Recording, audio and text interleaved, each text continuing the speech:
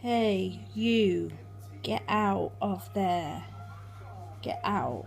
Come on. Assalamu alaikum everyone. Hi, welcome back to my channel.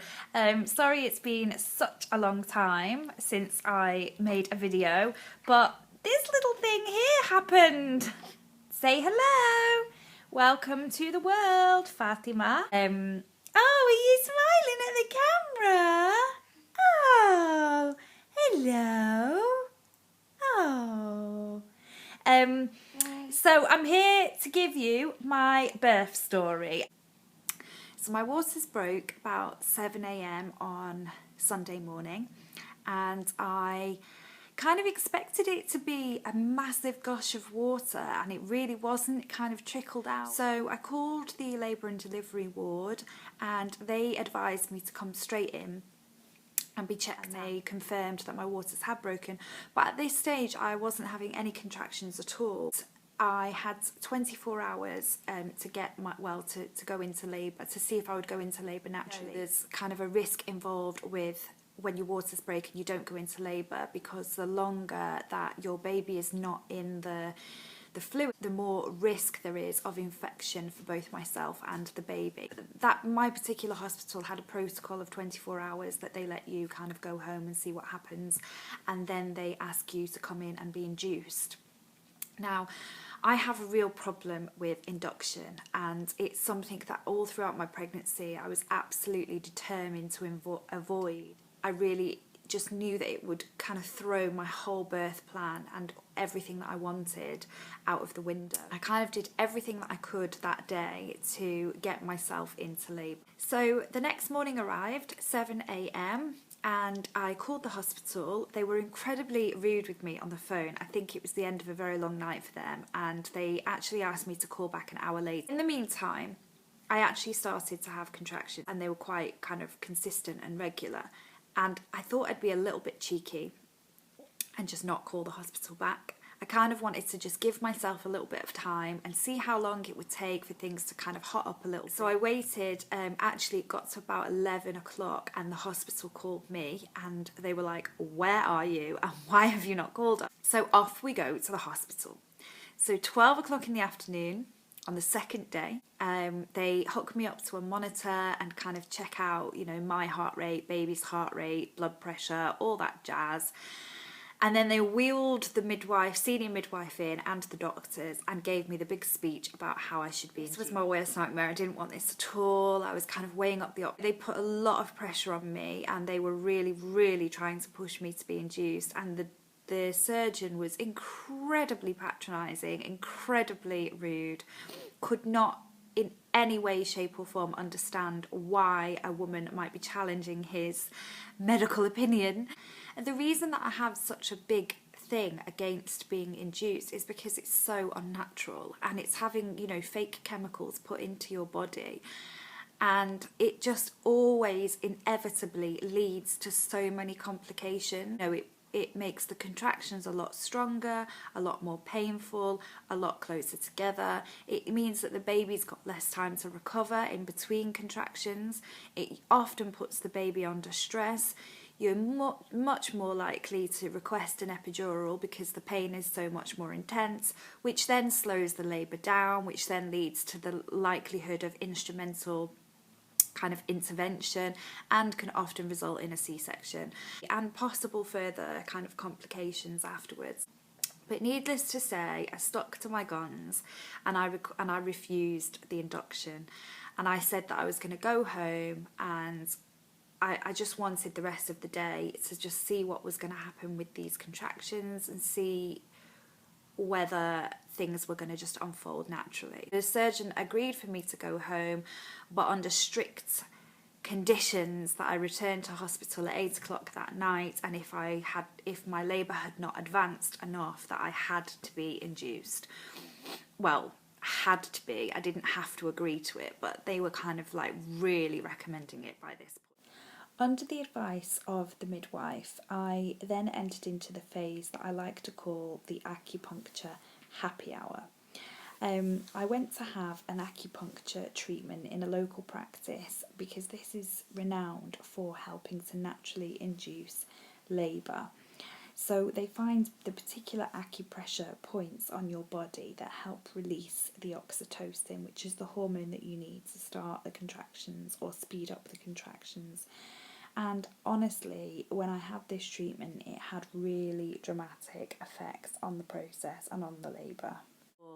It was actually probably one of the most surreal parts of the labour, because I was kind of having contractions about every 10 minutes.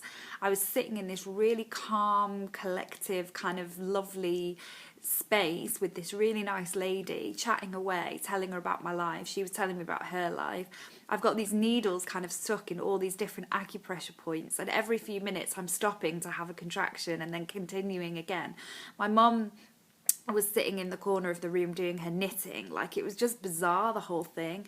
But it was absolutely incredible that from leaving this treatment, within 10-15 minutes, my contractions were much stronger and much closer together. So I probably laboured at home for another 2 hours or so, and just using my yoga positions, my breathing techniques. I didn't really use my hypnobirthing all that much, to be honest with you. I think that my labour was quite stressful and I was constantly under like a time pressure. And so I found it really, really difficult to get into that relaxed place and kind of shut all of that out, because I was constantly looking at the clock. So we had some dinner and I returned to the hospital, as I was told, for 8 o'clock. The doctor basically examined me, and while she was in there, before I even knew what was happening, she said, "I'm just going to see how dilated you are, and I'm going to give you a sweep." And while she said it, she did it. So she barely gave me time to even hear the words, let alone to actually consent to it. I think that a sweep is just a mild form of induction. And so many times you hear that when you are given a sweep, the baby's head is tilted and therefore isn't in the optimum position for a natural delivery. And so many times sweeps can lead to further complications and interventions. I felt quite violated, and it also really, really hurt very, very badly. I think my husband was really freaking out at that point, because up until then I'd kind of remained relatively like in control. The doctor told me that I was 3 to 4 centimetres dilated, and she was going to give me 2 hours in the birthing centre to kind of see how far I could progress. And if nothing had really happened much in those 2 hours, or if I hadn't progressed enough, it was game over. I was going to labour and delivery and I would be induced. Nice, because it was really active. I was on the birthing ball, I was walking around, I was in different positions. But at the same time, labour was really, really hotting up by this point. And the contractions were much closer together, and they were strong, and they were really starting to get quite painful. And I was offered gas and air, but I didn't want it because I thought it was going to make me vomit. And I received a message from my friend at that point saying, "How are your birthing partners getting on?" And I sent her this picture, because it was just so funny. Like, my husband was watching something on YouTube, my mum was doing her knitting, and I just had my head buried in a mattress. I wanted to just be on my own at that point. So about 11:30 p.m. on day 2, I was examined for the second time, and sadly I had not dilated any further in those 2.5, 3. I was basically told I had to be induced, I had to go up to labour and delivery. So I opted for an epidural, which, you know, again, I never wanted it. I never ever wanted to have an epidural, but I was beyond, you know, this had all been going on for 2 days now, and I knew that I had a very long night ahead of me. And in the end, I was like, I don't even care, just get it in me. You know, it definitely helped me a lot. Like, we were all able to just relax. 7 o'clock the following morning, so it's now like day 3, I was examined for the 3rd time, and I was only 5 centimetres, and it was absolutely soul destroying, because I'd been labouring all night and I'd only progressed by 1 or 2 centimetres. And that's the problem with an epidural. It slows the whole process down, so it's not, you know, in a sense, I don't know why I was so surprised. I started to feeling my contractions, and they were really, really intense, and we established that I'd got a leak in my epidural, so that was a big crisis of like, am I going to have my epidural removed and resized? But I was starting to feel the pain, and I was getting really distressed, and it was just all getting really horrible. So they actually upped the dose of the epidural to kind of compensate for the fact that I had a leak. This epidural just really wasn't working effectively, and I think about 11 o'clock or so, 12 o'clock, I was examined again, and I was 10 centimetres. Finally, hurrah! The midwife told me that she would give me an hour to let the baby's head move down, and then it was going to be all systems go and I could start pushing. It was kind of like, oh my gosh, a baby is actually going to come out. This is amazing. You know, things had not gone the way I wanted them to go, so it was just, there was mixed feelings. The hour passes and I start pushing. I would push and push and push, and then the contraction would stop, and we would basically all be sitting there like, and there was just a huge gap between my contractions, so I never ever really got to build up the momentum to kind of push the baby out. The midwife was like, your contractions have virtually stopped, and what they decided to do was up the dose of the Syntocin, try and get my contractions kind of regular and stronger. At the point that the Syntocin was at its maximum and doing its kind of business at full force, my epidural completely gave up the ghost and was just not working at all. So this, for me, was the most awful part of the entire labour. I was feeling all of the contractions, and they were insane. They were insanely painful. Then I started vomiting from the pain, so I start pushing. And to be honest, this bit's kind of like a little bit of a blur for me, but I know that I started pushing. I'm not really sure how long it went on for, and I'm not really sure how the decision was kind of made. And they were kind of like, this just really isn't happening. And they basically said that I was going to need some help, and that I needed to go into theatre, and they were going to try for an instrumental delivery, and if that didn't work, I would needed to be prepared for a C-section. I had an anaesthetist come and kind of really sort me out with all the pain, because something needed to be done. I obviously couldn't go into surgery and possibly have to have a C-section without any pain relief. Not really sure how it happened, but suddenly I didn't feel anything. Basically, they started by trying with force. It went against everything that I wanted. I didn't get the birthing centre, I didn't get the water, but honestly, in that moment when like the baby was placed on my chest, my husband was bawling his eyes out next to me, you just think, alhamdulillah, like, this is the most incredible moment in the world.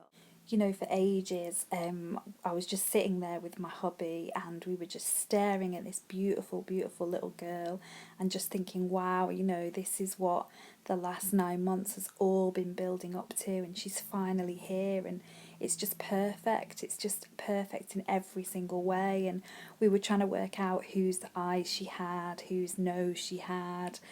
We were even talking about what she might be when she's older. And it's just, you know, these beautiful, beautiful moments, these little interactions that you have when a child first comes into the world, and the hope and the joy and the expectation that it brings. It's just perfect.